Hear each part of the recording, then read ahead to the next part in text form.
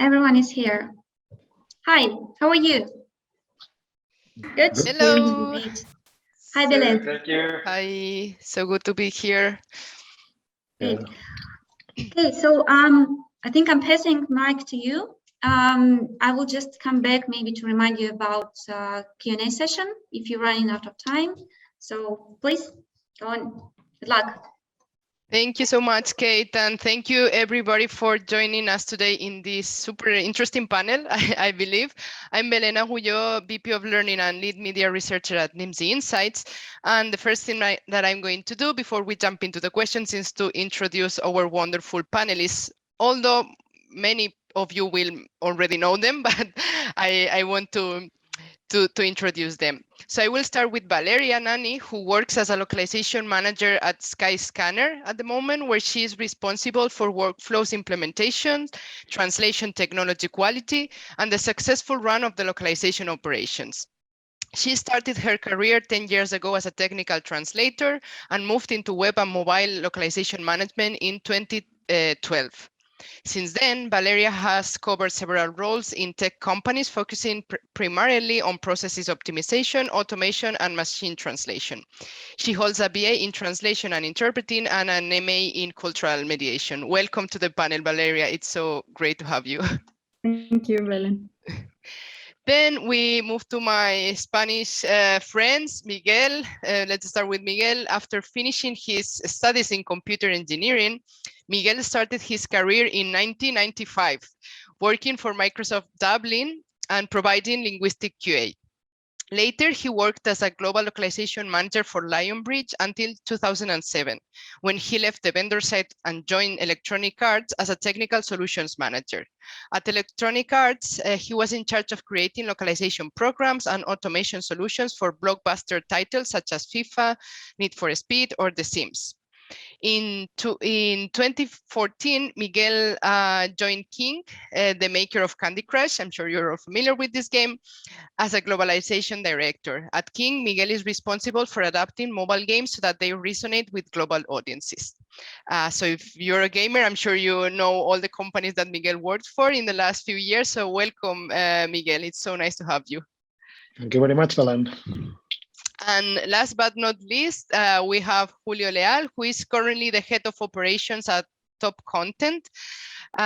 Julio also has a degree in translation and interpreting from the University of Granada in Spain, and he started his career in 1999, a little bit later than Miguel, on the vendor side of the language industry as well. After working for a number of different translation companies, he moved to the client side in 2007, quite similar to Miguel's trajectory, when he became an in-house production and localization manager at SAP or SAP, I don't know the right pronunciation in English. In 2010, he took on his role at Siena, where he led the company's localization efforts from his remote office in Malaga ever since. And yeah, in parallel with his work at Siena, Julio went on to obtain a degree in web localization management from San Luis University, a degree in global marketing from the Vanderbilt School of Global Management, an MBA, and most recently, an executive program in digital team management from the EASE. He also contributes to industry publication and speaks at industry events, as you can, of course, see at the moment. So welcome, Julio. It's super nice to have you. Thank you, Belén, for the introduction. I'm happy to be here. You all have amazing experiences in the industry, specifically in the vendor side, in the localization buyer services side. So this is great because this is the topic that we are going to discuss today. We want to understand how it is for a head of localization in an LSB to put together a budget. What are the challenges, the KPIs that you have to measure, and all these interesting topics. And we might even talk about localization ROI, which is a topic that I know many people feel very passionate about. So let's start with the first question. And I want to address the first question starting with Valeria. And I want to ask that when you're creating your localization budget, if you have to pick like 3 main things that you need to keep in mind, what would those be? So we can think about it, yeah, in this way. We can have the localization work, so all the localization initiative, the standard work that you usually do. So that would be the first thing that you think about, a bit like looking at your word count, what's been your word count during the previous year, how the word count has evolved through the years, and also any other initiative that you have in your localization team. For example, if you have a quality program, then you will have specific budget as well allocated for that. So I would say first thing, the standard localization work. And then as a second point, any initiative that you know that you will have to support your business with. So any business-wide initiative that you know they're coming, something different. Maybe you're launching in a new market, so you will have to allocate resources for that as well. And then third point, the technology. So anything that is tool related that will make your localization workflow work. So these are, for me, the three main things to think about when creating budget. Perfect, Valeria. Thank you so much. That makes complete sense. And yeah, I want to ask, for example, Miguel, if he also shares Valeria's views, or if you have something to add to it. Yeah. So we have the three one of Valeria's. Those are important. I mean, word count and everything. It's absolutely necessary. But to add more stuff, for me, the three things that I want to add is the first would be to focus on language prioritization. And when building your budget, your localization plan, I have to make sure to include enough money to cover the languages that are important for our organization. So we should first identify the markets we want to reach and then set up our strategy according and link that localization strategy to deliver. The second would be prioritize type of content based on the localization strategy we want to apply. And with this, I mean that the content we localize has different levels of visibility. Therefore, we must take the time to analyze the content and its level of visibility or expected linguistic quality. So, for example, marketing content has high visibility. So probably we want to give it the best possible localization quality and partner with a localization agency specialized in transcreation. And that localization approach for that particular piece of content will have a higher cost than the content we want to localize, such as FAQ or technical documentation. So for that type of content, probably machine translation will do. And since the content of localizing marketing or legal with expert localizers will differ from machine translation, it's important when creating the localization budget that we take the time to analyze that type of content and how we are going to localize it. And the third one will be to save some money, to put some money in the budget to invest in innovation. And by innovation, I mean investigating how you can automate a certain task in your localization process or look for tools to improve your tech framework.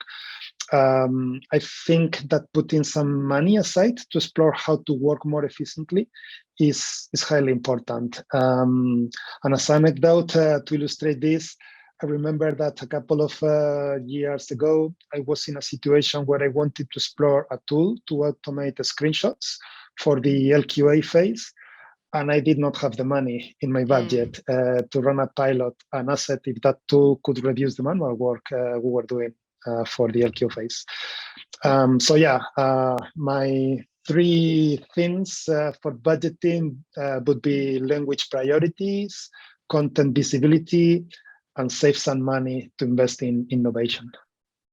That's wonderful, Miguel. Thank you so much. Yeah, I think it's super important to set aside some money for unexpected initiatives that you want to do in the following years, or even the ones that you already planned, but some things can come up without expecting them. So I think that's very strategic. And also the type of content, because sometimes we only think about the word count, but it's not going to cost the same to transcreate a text than to machine translate a text. So I think that's very interesting. Thank you for sharing. And how about you, Julio? What are your top 3 things that come to mind when planning a localization budget? Yeah, well, a little bit in line with what Valeria and Miguel were saying, priorities are very similar, but obviously these priorities will always depend on your company, industry, if you're approaching a B2B, B2C. The top priorities will not always be the same across all companies and across all different localization departments. So pretty much in line, as I said, the languages, bear in mind if your company is going to be expanding into new regions and local markets, just to see if you need to add a new language mix to what you already have in production, or even you might be aware that your company might not be willing to do more business in certain markets. So that will mean that you might not need to incorporate, or you might need to actually drop languages to the mix. So you need to make sure that whatever languages your market is, your company is next year, you need to be there. Other thing that would be about new content, but also the evolution of the content. In my experience, that was very important with multimedia. When dealing with multimedia localization, especially at the very early stages of the program, you might start just with some budget for easy translation of subtitles or very rough translations for multimedia. But as the localization program gets more mature, you might start considering dubbing or the full localization of videos. And for that, obviously, you will need more money. And last but not least, you also need to talk to all the different departments within the corporation or the company you're working in, especially if your budget is supposed to be funding all those localization requirements for all these different teams, just because you need to align your budget with those priorities. So what happens if the legal department or the product department, they are expecting more updates or more releases in the upcoming year than usual? Okay, you need to be aware and communicate with them to make sure that all that money is properly assigned for those extra tasks that might be coming your way. So in summary, languages, content types, and communication with other organizations within the company to be fully aligned with their priorities for the upcoming year. Perfect, Julio. Thank you so much. Yeah, I think the 3 of you are quite aligned in what's important to consider for a localization budget. So now we discussed where the money should go, right? Or where the money goes. But let's go back a little bit and let's think about where the money comes from, because sometimes we assume that the localization budget is a unique budget, but that doesn't necessarily is the case. So I want to ask Valeria, for example, in your experience, where the budget that you're going to use in your operations comes from? So in my experience, the localization team always had the full control on the budget on any translation work for the overall company. What was different was the tooling budget. So anything related to translation technology is actually coming from an engineering budget. So as Julio was saying, it's really important to align and communicate with other teams. And in our case, for example, with the engineering team, to make sure that, for example, if we know that there are going to be changes in the budget for technology, then we need to agree on this in advance. Like, you don't want to get to the point of having to present your budget and not having aligned. So it's an exercise that it's through the year, really. It's not just a budgeting season thing. One thing that I wanted to mention as well, to the point that Julio was making about unexpected thing, because that's the thing, no? So you can guesstimate, you can have an informed estimation, but it's still an estimation. You might talk to different teams and you will see that there are different priorities. You will see that there are new initiatives coming, but maybe there is something that falls through and that you don't know about. And then at some point you get a big project from a different spot. So one thing that we are doing right now is Skyscanner. Although we do cater for the translation, basically for the translation costs for the whole company, but if there is like a big project that comes our way, like really extraordinary. In that case, we would ask the team to request special budget for that and go through an approval process with finance, and obviously justify that before we actually proceed. So that's a bit how it works for us. Okay, thank you, Valeria. Yeah, it's very interesting that when you have these unexpected, maybe big projects that were not within your budget, you can negotiate with the department that is asking for that, and create a business case so that you ask for finance for the money together.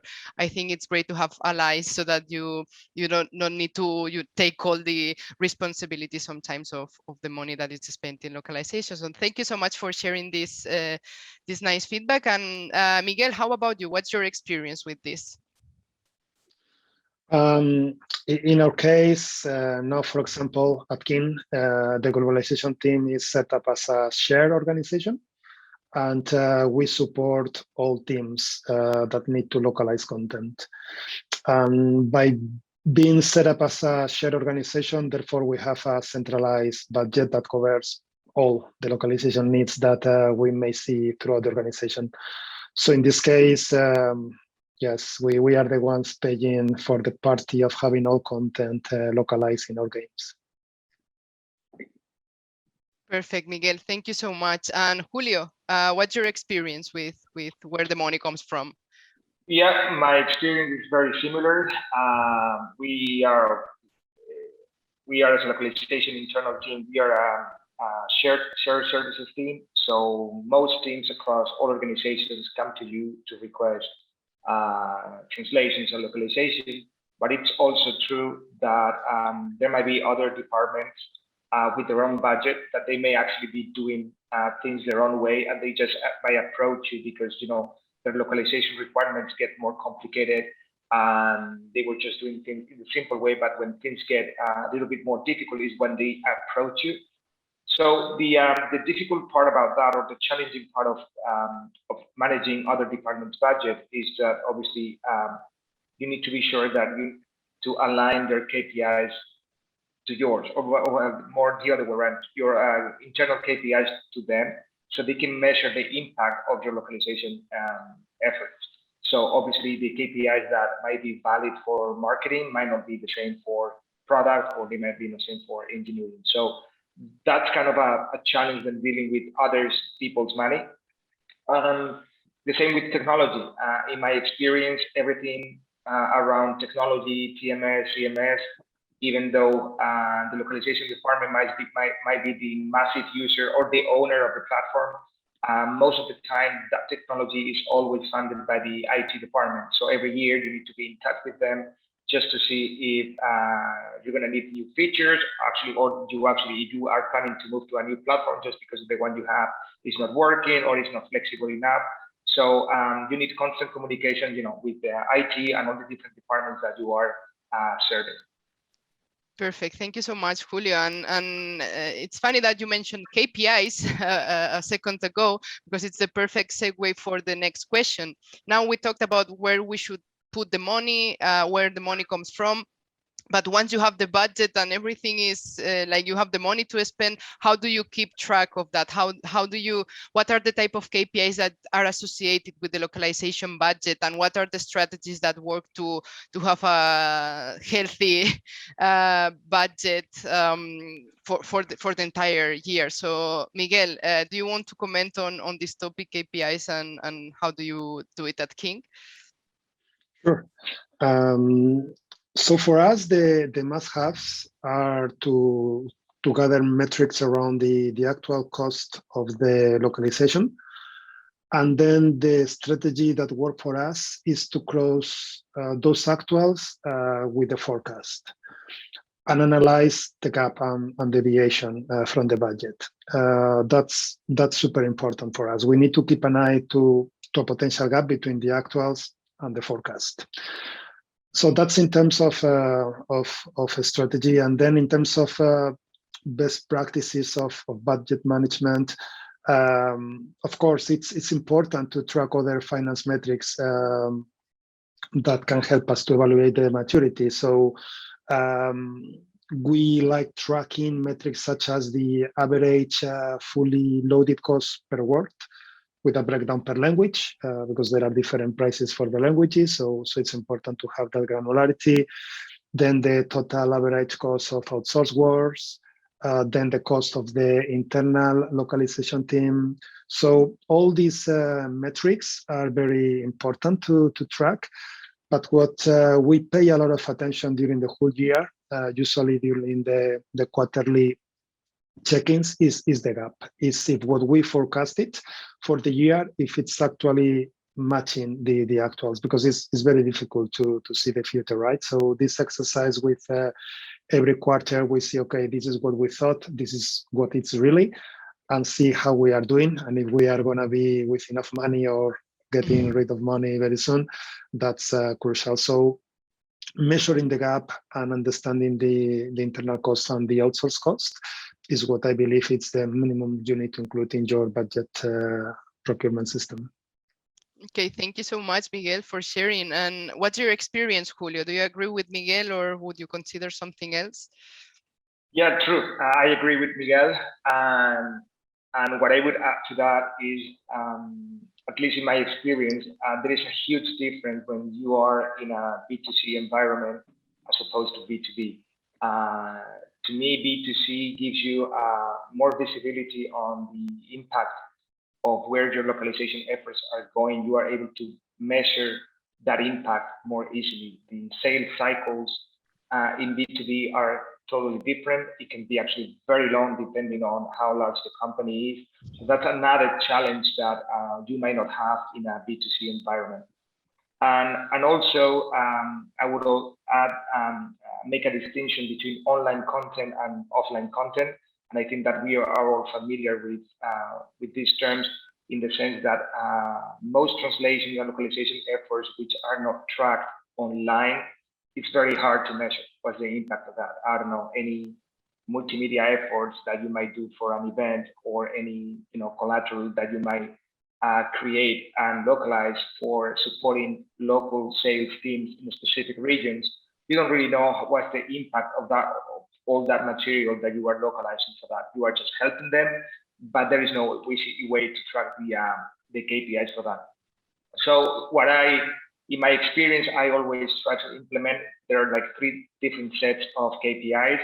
Ones are more related to production itself, like, I don't know, like Miguel was saying, the average language quality, what is the delivery time, do we have more fails than passes, this kind of production environment that will tell us if we are doing well or not from a production perspective. Then more strategic, so KPIs aligned to corporate objectives, just to see if your money is actually going in the right direction, and if you are actually investing in the right places where your company is supposed to be making more money. And then last but not least, KPIs related to ROI, which is again another hot topic in the industry right now, and how to measure the impact. But there is no one model fits all, as we will discuss later. But this would be pretty much the KPIs that I would be looking at. Perfect, Julio. Thank you. Thank you so much. And Valeria, more about the strategies that you use to, make sure that the budget is correct, that you're on track, and so on and so forth.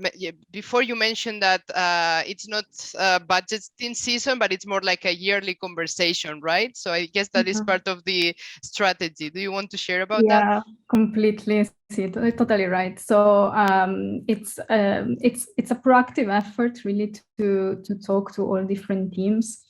Even if you're maybe talking to someone from a team and they mention that another team is working on something else, and you understand that this is something that you might have to deal with.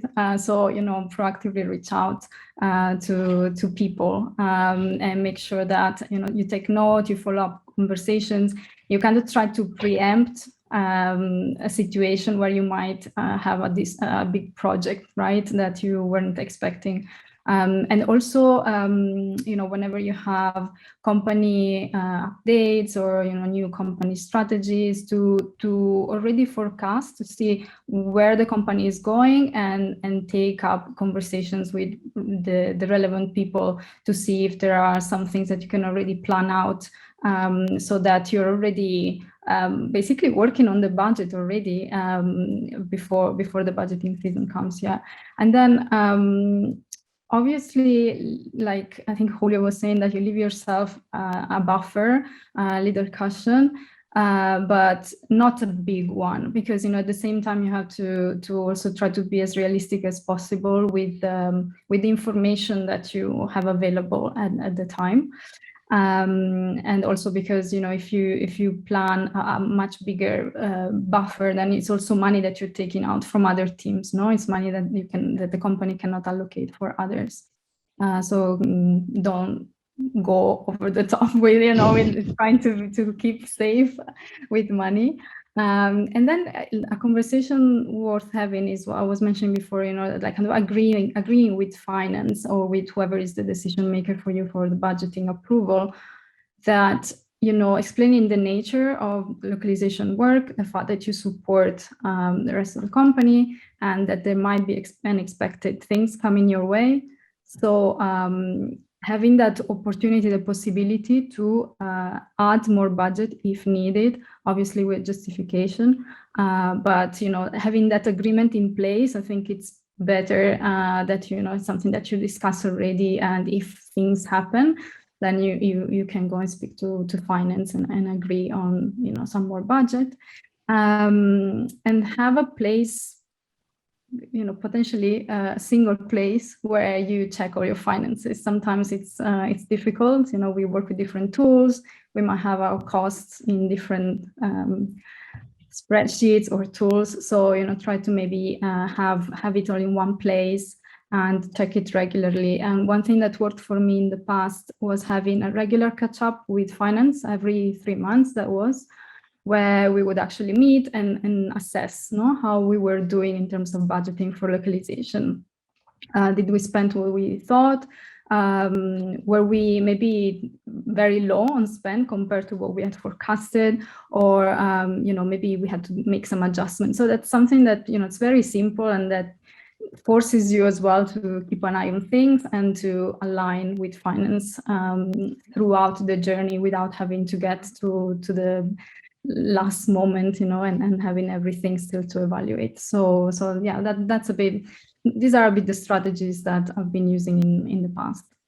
Perfect, Valeria. Thank you so much. So many good practical tips that you can start implementing in your operations. And yeah, I mean, you all sound super experienced and super mature at the moment, of course, because you've had a lot of experience, but I'm sure some of these lessons or some of these strategies might have been learned the hard way by committing some mistakes or learning things by doing them, and then understanding that things should be done in a different way. So any of those lessons learned that you would like to share when it comes to budgeting, for example, Miguel? Yeah, as globalization teams, what I like to explain nowadays is that we don't control the demand. That's a pitfall that I suffer in my career, because I struggle to explain that properly. We don't control the demand. We have to repeat that as many times as necessary to the product teams, and especially to the finance teams when we are in the budget forecasting season. Because I have seen myself throughout my career situations where I've been asked to reduce my globalization budget or be with a cost flat similar to the previous year. And yes, of course, we can look for ways to be efficient in the use of our budget. Still, no matter how many efficiencies we look for, a localization team does not control the demand of the content to be localized. If there is content to localize and there are many requests from our stakeholders, then a localization team has to help them to have the content localized. What would not make sense is that the content is not localized because the budget is over. So in the end, whether the localization budget is sober or not, in most cases, it's related to higher demand than anticipated. So it's crucial to explain to our finance stakeholders that localization team does not control the demand when it comes to budget and forecasting. The product owner are the ones who control the demand. We help them execute the product vision. If that vision requires a lot of content, that is something that the localization team cannot control. At best, we can influence demand's decision, but in the end, we are a team that helps other teams, and we are not the ones who create the product. Therefore, the localization budget is driven by external factors that we don't control. Yeah, that's a very super big truth of how to handle the localization budget and making people understand, like, I'm not the one, spending the money because I want to, but I receive the content and then I have to do it. And if the people who are creating the content don't tell me exactly what content and how much they are going to create, of course, you can have strategies to see trends over the past years and so on and so forth to have a good estimate, but still it's not 100% under your control. So that's a very good lesson learned to share. Thank you, Miguel. How about you, Julio? Any lesson learned that you want to share with us? Yeah, I mean, what Miguel is just saying is just funny, because I think that something that happens to everyone in similar position is like, when you are just running out of money and your managers are complaining about, hey, how can you just come out of, run out of budget just midway, and you're like, hey, I mean, I'm not responsible for the content coming my way. So we are not producing that content. So lessons learned the hard way, definitely. Preparing for the unexpected. Many times when you are putting all your plan and all your actions for next year, you draft the budget, you contact all the different departments, this is what is actually going to happen. And then a few months later, after having that budget in place and having everything set up to execute that budget, all the plans just are not valid anymore. And I can give you a few examples. In one of my previous companies, in the upcoming year, we were planning everything for bringing our company into Israel. So basically, we started, recruiting people for Hebrew. We started creating style guides, and everything, all the environment that you need in order to support a new language from scratch. That's especially challenging for a language like Hebrew. It's not Spanish, it's not Italian. It's a very challenging language. So just a few months into the new year, and when we had already kind of recruited all the team, the company decided that that market was no longer a target for us. And all the plans and all the investments that we have made were just going to waste. And that happened in other cases, not with local markets, but maybe with different content types, like when you are planning just a series of multimedia localization, and everyone knows that multimedia is extremely expensive. Suddenly, there is a huge demand for that content within a specific department, and you just basically do not have the money to support that demand, and you just run out of budget immediately. So you need to start asking for people to start funding those initiatives themselves. So definitely prepare for the unexpected. Always leave a buffer, as Valeria was saying, always leave a buffer in your budget to make sure that the unexpected will be somewhat covered. That's a very good point. Thank you, Miguel. I like that you use the example of multimedia content, because we've been hearing that from many LSBs, like, okay, now we have to do video and everybody's complaining that it's too expensive. So how you manage the expectations and how can you keep up with the quality if people were not expecting that dubbing video was going to be so expensive? So that's a very good example of the unexpected part of the budget. And how about you, Valeria? Any lessons learned that you want to share? So just to add something different compared to what Miguel and Julio said, for me, it was a bit challenging to start working with tools or services that have an incremental payment model. So like Julio said, there is already quite a lot of uncertainty, and you have to expect the unexpected and lots of things that you don't control. And like Miguel was saying, we don't control the demand. So using this kind of tools or services can add another layer of uncertainty, because you might reach a certain threshold where you have to pay more. You go to a different tier, a higher tier, and that will add to your budget, right? So during your budgeting exercise, you will have to estimate the amount of content that you will get, for example, and then see if how much more is this compared to the previous years, and is this going to affect then the threshold that I have? So it's just something to keep in mind if you work with tools or services that have this type of model. It's just a bit trickier, I found, in my experience.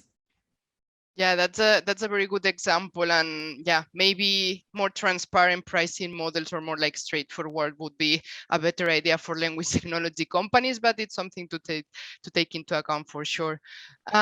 Great, so let's jump into the next question. We have been talking about the priorities, where the money comes from, the lessons learned, the strategies and everything, but now when you have to go to your other stakeholders and get buy-in for your budget, have you ever had any problems, any issues trying to convince people that you had to have this budget? Or in your experience, what's the best way to communicate your localization plan, your localization budget plan to other stakeholders in your company? Maybe Miguel wants to start with this one. Yeah. So for me, the main challenge lately is not about convince them for the budget approval, because as I mentioned earlier, localization budget is coming from our cost center, not from the game teams, and it's been the same in other companies in the gaming industry I've been. So it's not about convince them, because we are the ones paying for that. So the challenge associated with that, being owner of the budget, is to get enough reliable data to try to forecast the cost of the following year in a realistic way. Because in the gaming industry, for a game team, it's really difficult to know the number of words, even roughly, that they might need. It's really difficult.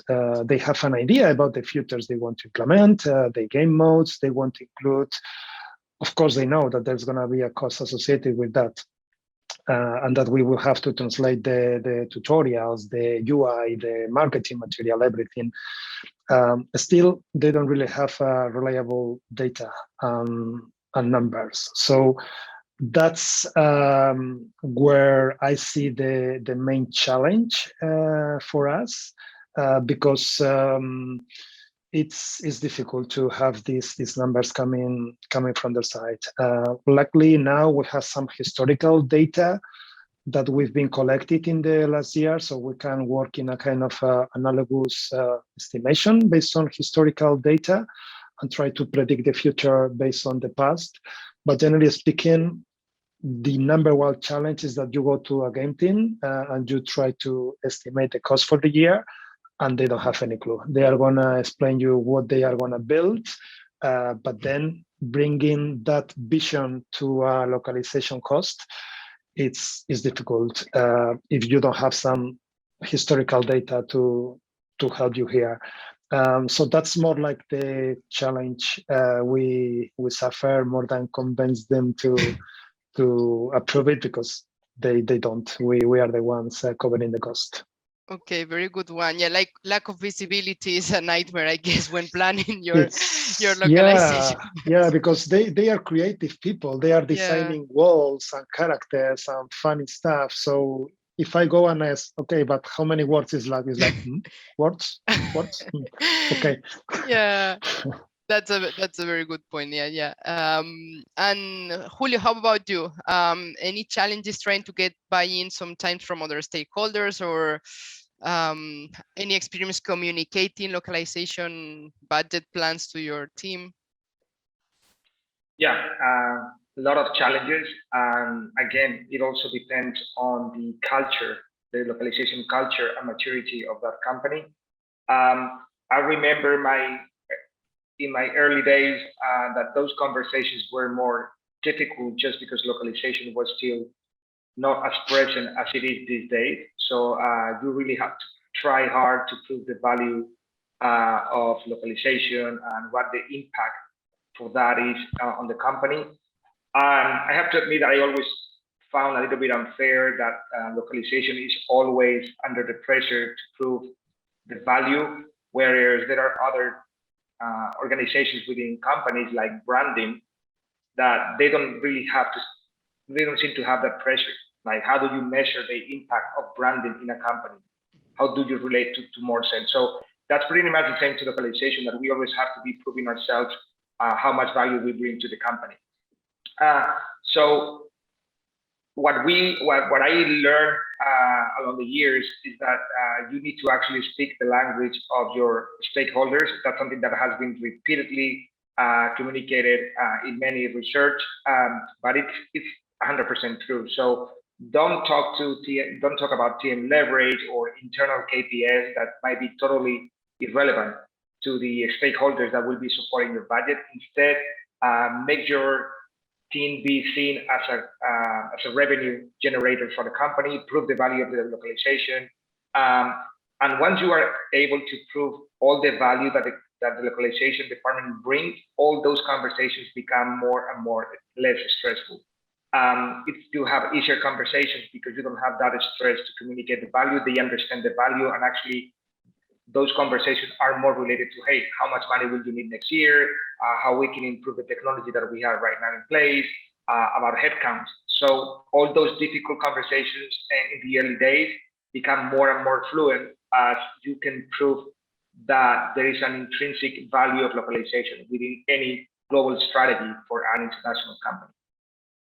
Yeah, I completely agree with you, Julio. Thank you so much for sharing that. And we're almost to the time of the QA, so I want to give the floor to Valeria to add to this last question. Yeah, so in my experience, I never had to fight or convince finance, for example, to get the localization budget approved.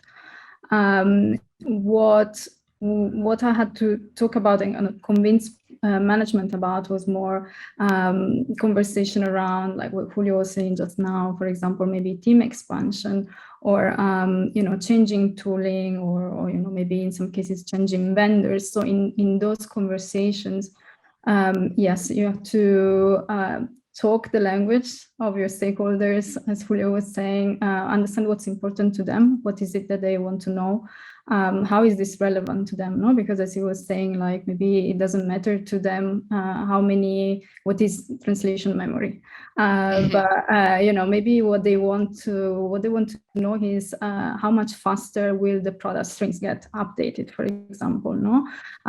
Or how much money we will save on the long run, how is this work going to facilitate maybe the life of people who need to submit translation requests. So these are all things that you can add in your conversation to make your case. But at the moment of then getting your budget approved, you would have already had all these conversations by the time of budgeting. So yeah, my experience, the convincing part comes before the budgeting approval. Okay, thank you so much. So yeah, I think we are in the last 15 minutes. So if you agree, we will go to the questions from the audience, although I had 3 more questions for you if we have time, but let's prioritize the questions from the audience first. Let me have a look at this. I think there are some old questions because I'm not Rachel and we didn't talk about transcreation. So probably this is from another panel. Javi was also from the previous panel. Okay, now Belén, I think you should see, I'm not sure, but there are the open questions, answered questions. So just look at open questions. Okay. You should see only the ones which is relevant to you. I'm in the open questions tab and there are still old questions, but I don't know why, but I see all these previous It's really ones. strange because I cleaned them up, really. I don't know. Maybe my Zoom is lagged or something. It's okay. I'm scrolling down and I can see. Mario Chavez would be the first person who asked you the question. So if you see him, then Yes, perfect. Yeah, I will start with Mario.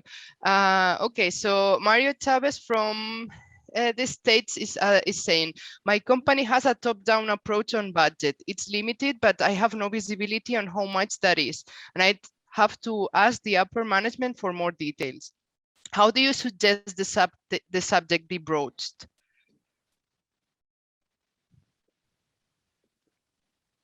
Any of you want to take this one? When you have no visibility and you have to ask the upper management for more details? I would suggest Mario that he follows also a top-down approach with upper management. So he could start understanding which are the markets they are going to operate. So that will give you the idea of the languages. Then another level down, which are the type of content you have there. It's the in-app in software content and technical documentation and social media and blah, blah, blah. So trying to get different categories. So you create like a kind of table in Excel or something, like different categories. And then you go one level down again and try to get one sample. So if it's software, what's the average length of that piece of software? So is it 1,000 words, 10,000 words, 100,000 words? And then use that as a kind of weight point system and multiply that by as many features as it could be. If it's a technical documentation, try to estimate one article or one whatever and multiply X times for this. And the same for social media, depending on what they need to localize. So ultimately, upper management will need to give him some sort of visibility. He cannot create this from nothing.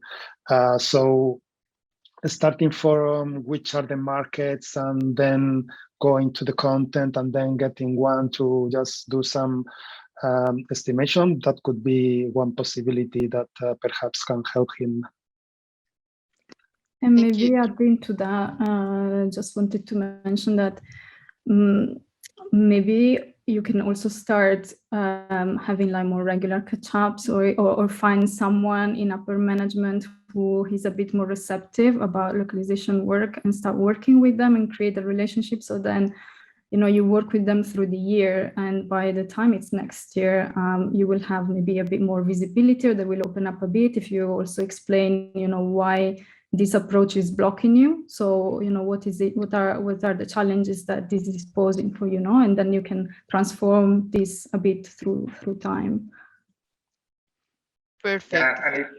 And if I just made to add, because I think that at some point we've all been in that situation, it would be like, if that's the approach they have year after year, maybe sometimes the localization department, they just do whatever they can to actually comply with all the requirements. But sometimes upper management, they also need to learn the hard way. So, you know, if they are not giving you any visibility on the money you have, you just do your best. And if you just run out of budget mid-year, hey, this is what you got, right? So this is a way of, you know, upper management learning, okay, we were not funding support, so they will have to find money somewhere else. So, you know, this kind of learning the hard way cannot only be always for the localization department. So if they don't give you visibility, there is no way that you can do a proper job. Thank you all for answering so thoroughly Mario's question. The next question is about tools. This is an interesting one. So Martins Vigans, sorry if I'm not pronouncing your name correctly, is asking, what tools or approaches do you use to forecast what markets and what content should be prioritized for the next year? Do you use any type of tools to help you make business decisions? I don't know, Julio, Miguel. I mean, there are some research tools. Nimdzi has many of those that they can kind of predict the revenue that you can get by introducing your product in a new market, so you can get some ROI estimation. And in terms of content, basically just, you know, approaching all the different content creator departments within the corporation and just see what's the estimation for next year. And for that, I cannot never stress enough the importance of corporate-wide CMS, a global repository of content in which all the different departments post the content, reuse the content, and actually you can see all the localization requirements coming your way. So that's really a must. Perfect. Thank you, Julio. Miguel, you want to add something, or Valeria? Yeah, in terms of tools for apps that they are for the mobile world, I have used Looker, and it's quite powerful because you can have metrics of everything that is happening in your mobile, and you can customize there the dashboards. You can do a lot of stuff. The mobile phones nowadays, they are full of data, and with Looker you can go deeper. And then for the web pages, Google Analytics is really good. And then you can have your tables where you can have, I don't know, one table for number of unique visits from target locale, or organic traffic by location, or number of page views by target locale. And you can have all that. That is going to be the metrics you have for the different languages. So that's really helpful because it's another way of showing the impact of localization. Perfect. Thank you, Miguel. Valeria? On my side, actually, when it comes to markets to be prioritized, that's more something that it's like localization is more a contributor to that, but the decision makers are actually product and marketing organizations. So we would have prioritized markets company-wide. We will be in the discussions, but we won't be the decision makers on that. But when it comes to the content that should be prioritized, I agree with Julio. So it's all a matter of really talking to different content creators. But one thing that, for example, we are thinking of doing right now at Skyscanner is looking a bit holistically at our content and understand all the different contents that we have out there. And then use these insights to see what is the purpose of each type of content that we have, and how often things get updated, for example, or in which part of the user journey do users see the content, and evaluate the quality of that, and then prioritize as well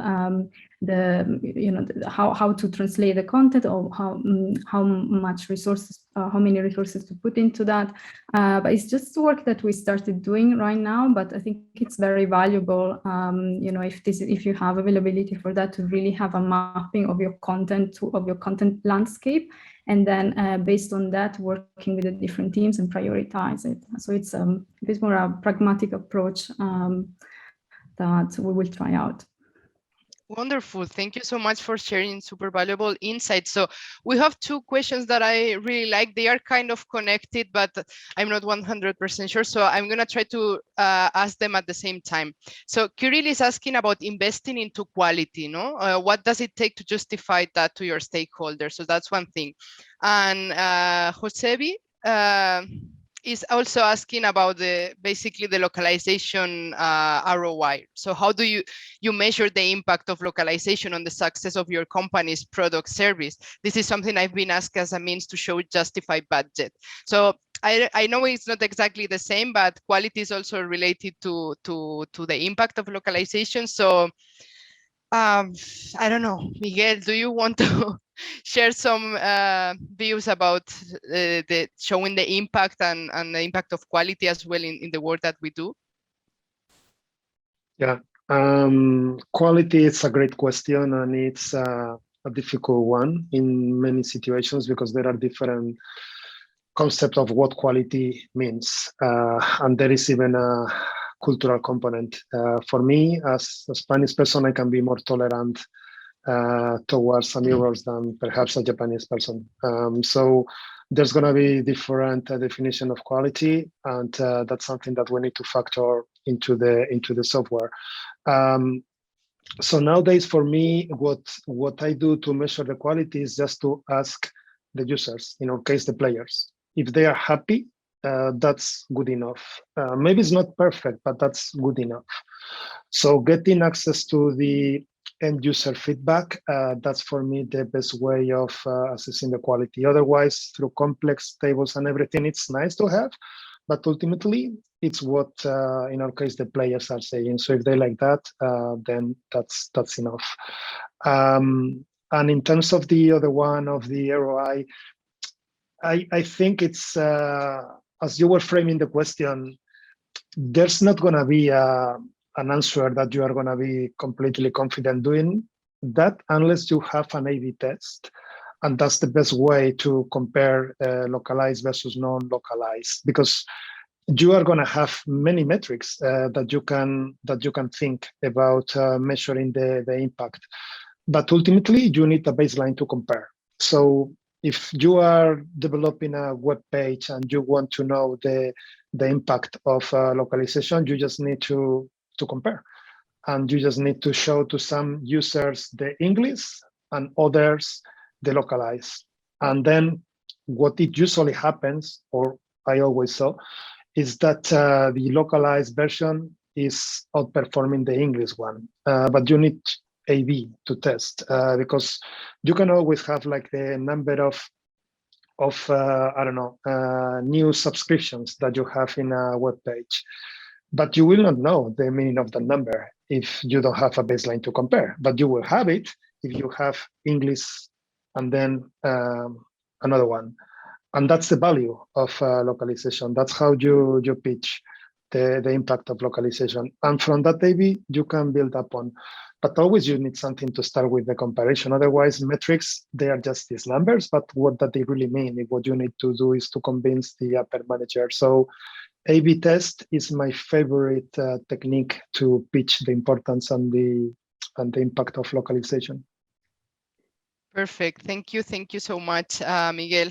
Valeria, for example, about quality, and Kirill made a comment that he was not asking about measuring quality, but justifying quality, investment in quality. So maybe you want to take on that one?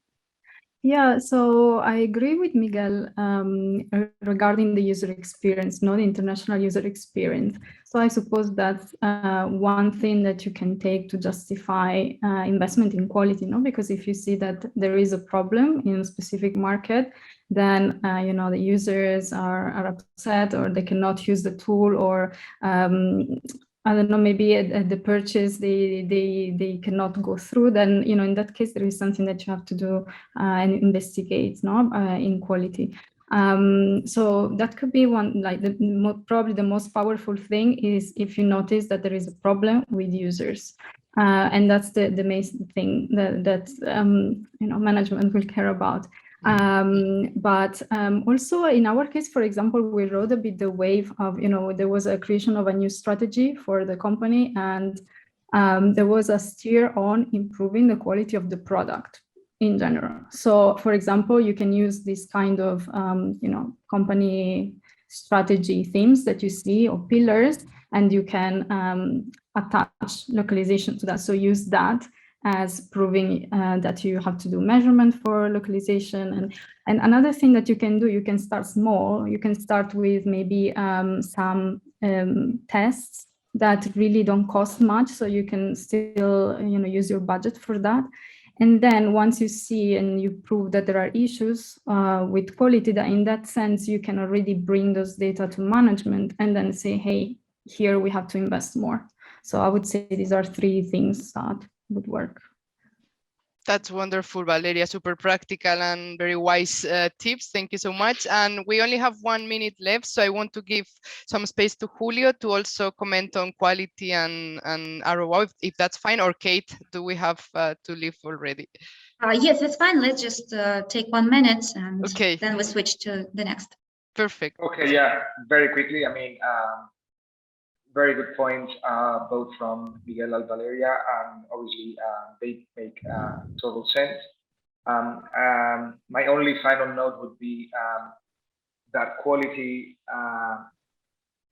as actually was Miguel was saying, sometimes it's just good enough, might be enough quality for that point. So actually the evolution of quality might be totally different in the early days of the localization program as opposed to what it is at the very end. Your requirements might be different.